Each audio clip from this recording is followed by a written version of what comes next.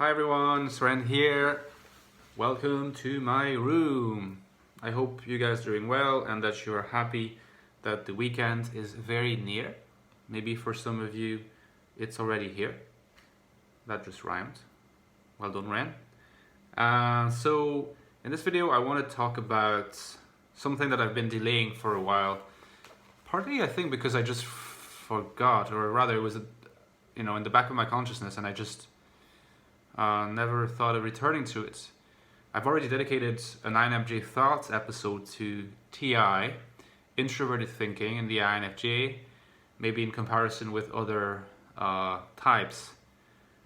So why did I decide to make a video on TI today? It was prompted by a little anecdote, a little episode that happened yesterday. And that episode was that my girlfriend and I were talking, and we were chatting online, and she was saying to me that it took to her fancy to take the keys to cognition functions test again, which is a test that I recommend to anybody who has not taken it.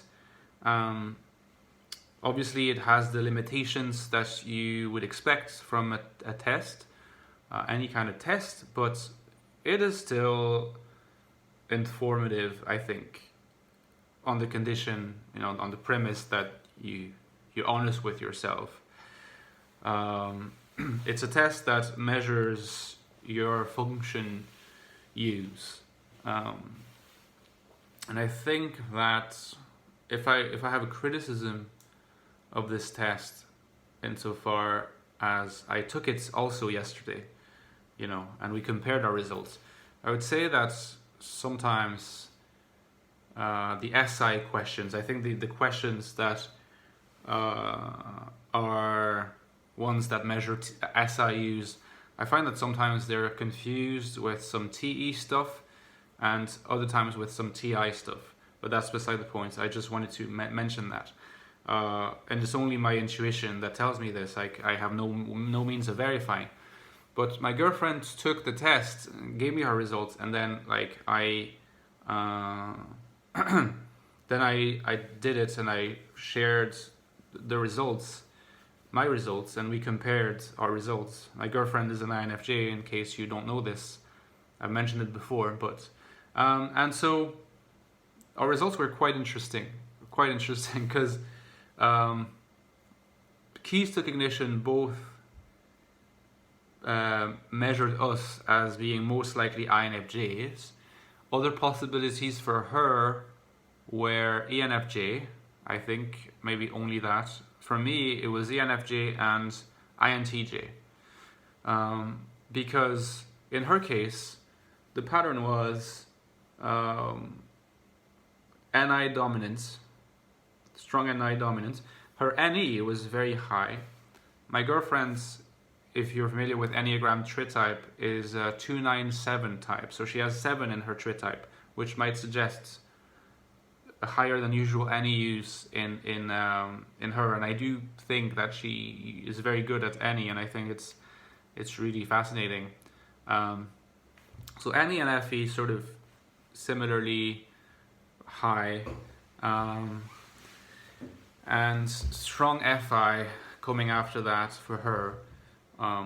I'll spare you the other scores. I can't remember them too well, but she scored low enough on TI. I think TI was her second lowest score.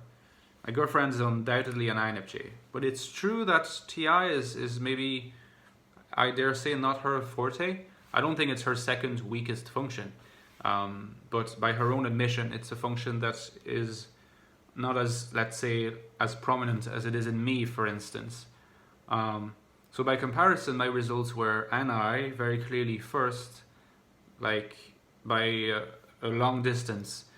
Then comes FE, then comes TI. I think, yeah, weirdly enough, TI is lower than FI in my results. And only slightly stronger than TE. It might even be, no, it's not quite weaker than SI, but it is still about the same as SI. Yeah, but FI is stronger than TI in my results, which makes very little sense. I think partly because the FI questions about the hunches can be confused with the NI questions, because an FI dominance has a strong sense of where they want to go, and an NI dominance also a strong intuitive sense that is hard to explain to other people. But I think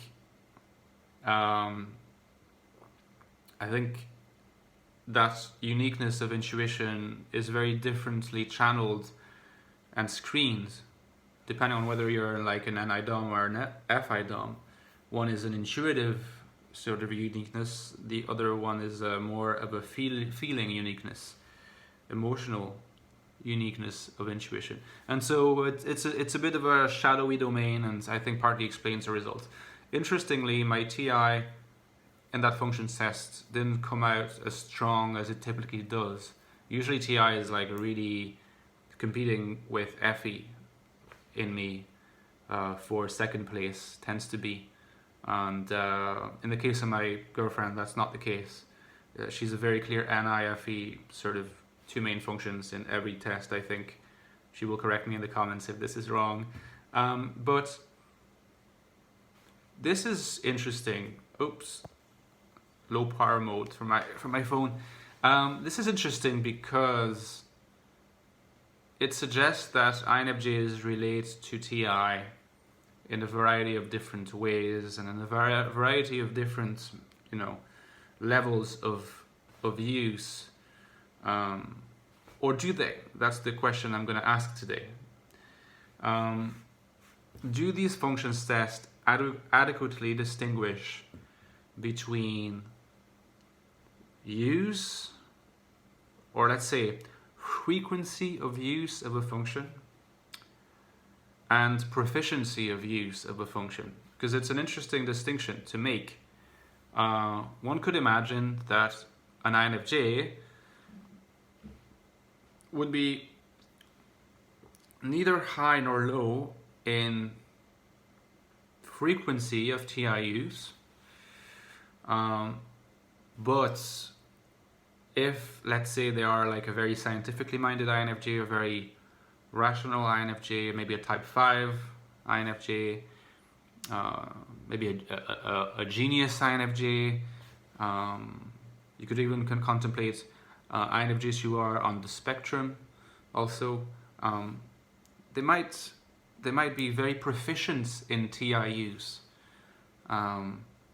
Doesn't mean that they're capable or that they are naturally going to use it all the time, because I think it will be quite tiring for them, psychically speaking. But they could be very good at it whenever they do use it. So for instance, I think in the case of my girlfriend, and partly what explains her low score is that I think, she is maybe not using it very often. But I think that when she uses it, she's proficient enough, right? Maybe another hypothesis would be, and that's not mine, but if we wanted to be controversial, is that she or any other INFJ who would score low, let's not use her specifically, but let's say like an INFJ who would be surprised by how low they score on TI and functions test, and that happens often. I've been able to verify it through exchanges with a lot of INFJs.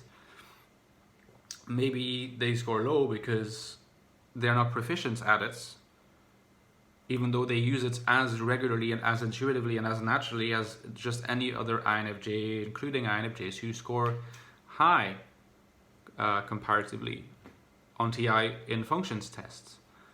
And perhaps the reason why they score high is because even though they don't use it more often necessarily, or much more often, they just identify with it more because they're, so to speak, better at it in a way, more proficient.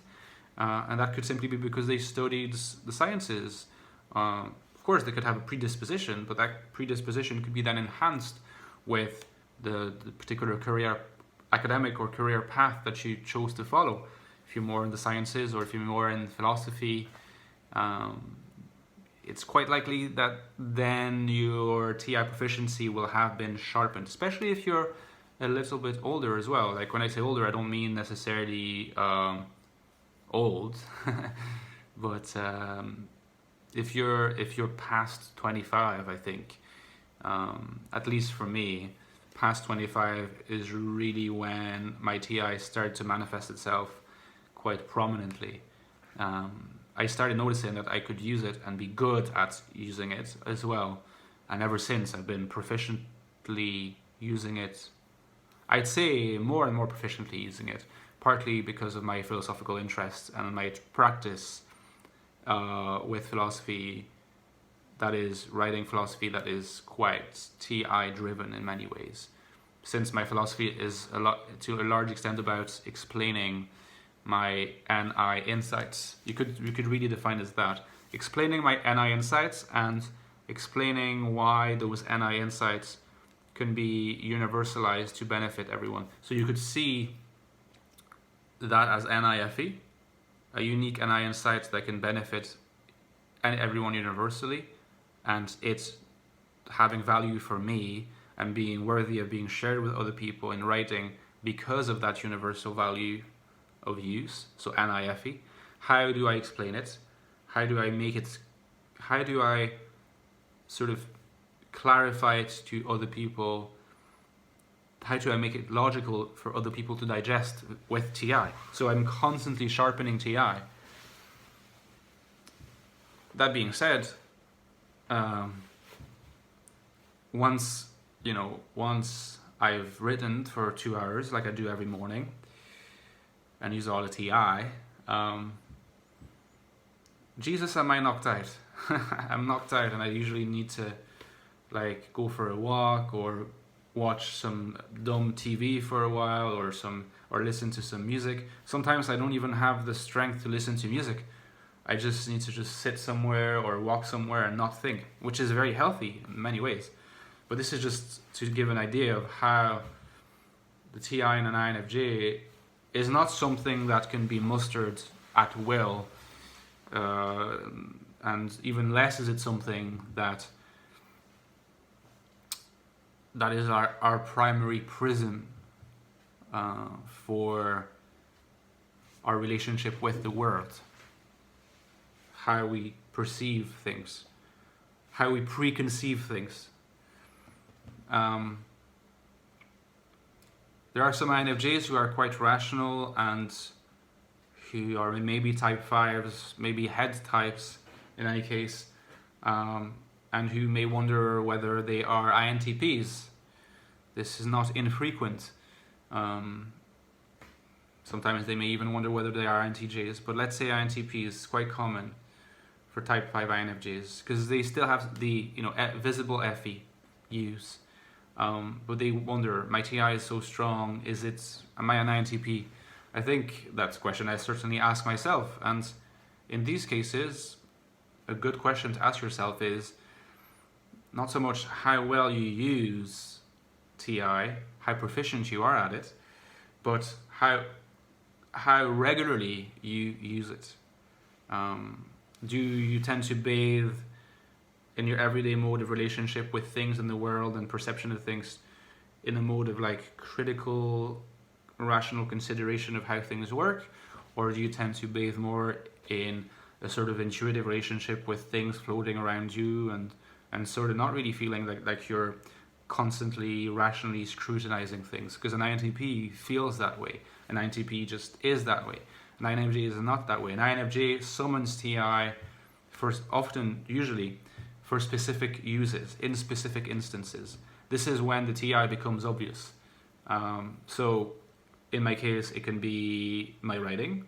It can be a video like this, when you'll notice sometimes I'll say, perhaps we can divide this definition into 2 parts, or perhaps we can use this, and that's very TI. But I will do it for purposes of clarification, or to myself, or to my audience. I can do it in my writing. You can do it in a debate. You'll notice if you debate with an ENTP, for instance, you'll notice that An ENTP has auxiliary TI, which means that honestly, it is possible for an INFJ who's very brilliant at TI versus, let's say, and I'm sorry to be insulting, but let's say a not particularly brilliant ENTP. That's possible. Okay, most of them are brilliant, not denying it, but it's possible to be a not particularly brilliant ENTP, just like it's possible to not be a particularly brilliant INTP or INTJ or INFJ or anything. The proficiency levels between the two, between the brilliant INFJ who has a brilliant mind and rational mind and the maybe not so brilliant ENTP, well, the proficiency in TIUs might be very similar. You know, in fact, the INFJ might well have superior TI. If you take a philosopher like Schopenhauer or like Wittgenstein, not to mention Plato, but let's just use Schopenhauer or Wittgenstein, brilliant philosophers.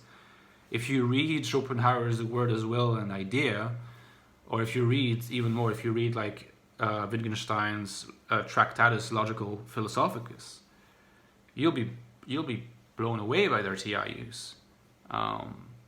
Some way superior in proficiency to the TIUs than most ENTPs, and probably most INTPs as well. But notice, sure, Schopenhauer wrote that book. It's very interesting because The Word as Will and Idea is like absurdly long, and the Tractatus by Wittgenstein is, I don't want to say absurdly short because its shortness makes sense. It's beautiful and short, but it is very short. One is over 1,000 pages long, the other is less than 100 pages long. Now, The Word as Will and Idea is it is not by any means Schopenhauer's only work, but he found it very, very difficult to surpass it. He wrote it when he was I think he started writing it when he was 28 or something. He was in the late 20s and the publication around his early 30s, I believe. Maybe not even. And he had a long life. Schopenhauer had a long enough life. I don't know if he lived to be 80 or 70 something, but he had a long enough life, became kind of famous toward the end of his life. But he never managed to write another The World as Well an Idea. Now, it's a big hypothesis to make that's connected with the fact that he exhausted his TI with it. But I think that in a way there probably is a grain of truth to this. You know that it was not so easy for Schopenhauer to just write another work that is as majorly TI heavy as The Word as Will and Idea. And a lot of his other works are very NI driven, like the aphoristic stuff, NIFE driven, like the more sort of ethical stuff. You could argue that the art of being always right features a lot of NITI, but still, The Word as Will and Idea is just this one book that he wrote when he was under 30, and for the following 50 or so years he didn't write anything like that. Wittgenstein, for his part, wrote not that many books. A lot of them are short. Even the philosophical investigations are short enough. It's like 200 something pages, and he wrote some other stuff, a lot of stuff that he was not happy with, and that, you know, some of it was not even published. But honestly, when you read Wittgenstein, you feel like he has a level of NITI intensity and TI intensity that is quite spellbinding. But it's not something that is sustained over long periods of time. He's not someone who's like entering into a TI world and laying it down for his whole life, like a Quine, for example, if you're familiar with Quine, or like a Bertrand Russell, even though Bertrand Russell might well have been ENTP, not INTP, probably was ENTP, like Alain Badiou. It's just these TI worlds are massive and they're spread over a lifetime. It's not the case with Wittgenstein or Schopenhauer, and I think that illustrates what the TI genius of an INFJ still encounters as practical limits due to the tertiary nature of their TI.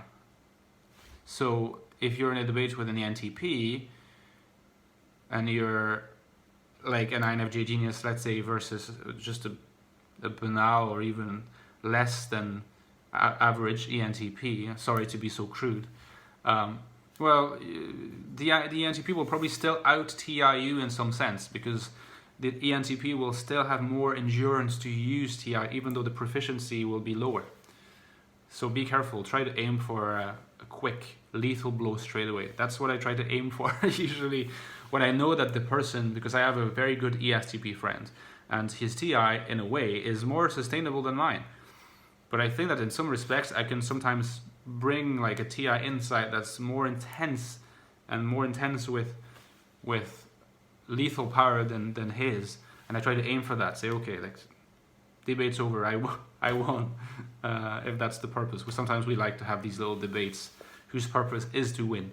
We agree on it. We sort of wink at each other. We know that we like doing that for fun, for sports. But we have different approaches. If I allow the debate to linger, like, I'm not going to win because his TI is more sustainable. But if I aim for a quick blow, if I manage to concentrate it in like a few arguments that are concise and well developed, I have a chance. And so that's one aspect of understanding the TI of an INFJ: proficiency versus frequency and sustainability of views. I think in another video dedicated to TI, I think it's a bit too long now. Like the video has been going on for too long for me to be able to go into detail about the question of the TI child, TI tertiary being like the child in certain theories of the function use, function stacks of certain types, of all types. You've got the division between the parent, the child, etc. And I think that there is something to be said for this theory of the TI child in an INFJ, just like you'd have an FI child in an INTJ, or a T child in an ENFP or an ESFP. The TI child in an INFJ I think is something, and again, I think is visible in Wittgenstein, in Schopenhauer, and at a more modest level in my own thinking, in my own philosophy. Philosophy is interesting because it gives a trace of these different things, a written trace. And so I think that because that's a whole topic unto itself, I don't want to just rush it in a few minutes there. So I'll stop with what I'm currently talking about regarding TI. Will make that available to you guys, and in another video I think I'll, either soon or next week or in a few weeks, depending on when I want to talk about it, when I feel ready to talk about it, I'll tackle the question of the TI child and what it means. For, again, maybe this sort of division, which I may keep because it's convenient, between the frequency of use, sustainability of use of a function, and the proficiency, right? In relation to the TI child, what does that mean? What is that theory? How do I experience it in my life? That's for the next episode. Okay, guys, in the meantime, have a lovely weekend. I'll be seeing you soon, before the end of the weekend for sure. It's very sunny here. I hope it is sunny where you are. All right, see you guys. Take care.